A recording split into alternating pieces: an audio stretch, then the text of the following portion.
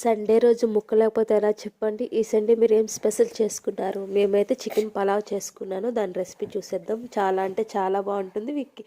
క్విక్గా కూడా అయిపోతుంది. ముందుగా చికెన్ వాష్ చేసుకుని దాంట్లో ఉప్పు, కారం, పసుపు, ధనియా పౌడర్, గరం మసాలా, అల్లం వెల్లుల్లి పేస్ట్, నింబు ఇంకా పెరుగు కూడా వేసుకొని చక్కగా కలుపుకొని పక్కన పెట్టుకోండి.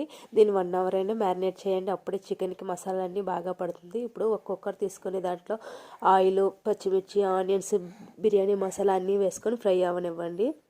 దాని తర్వాత అల్లం వెల్లుల్లి పేస్ట్ కూడా వేసుకొని అది కూడా బాగా ఫ్రై అయ్యాక టమాటా, కొత్తిమీర, పుదీనా కూడా అవి కూడా ఫ్రై అయిపోయాక మనం ముందుగానే మ్యారినేట్ చేసి పెట్టుకున్న చికెన్ కూడా వేసుకోండి. చికెన్ ఇలా వాటర్ విడిచి 80% బాయిల్ అయినంత వరకు ఉంచుకోండి. దాంట్లోనే మనం ముందుగానే నానబెట్టుకున్న బాస్మతి రైస్ కూడా వేసుకొని బాగా కలుపుకొని మనం ఒక గ్లాస్ రైస్కి గ్లాసుని పావు వాటర్ వేసుకోవాలి. ఈ స్టేజ్లోనే ఉప్పు కూడా సరిపోతే ఉప్పు కూడా అడ్జస్ట్ చేసుకోండి. అలాగే కొత్తిమీర, నింబు, అలాగే కొంచెం చికెన్ మసాలా, బిర్యానీ మసాలా కూడా వేసుకొని కుక్కర్ విజిల్ 2 పెట్టుకుంటే అంతే, రెడీ.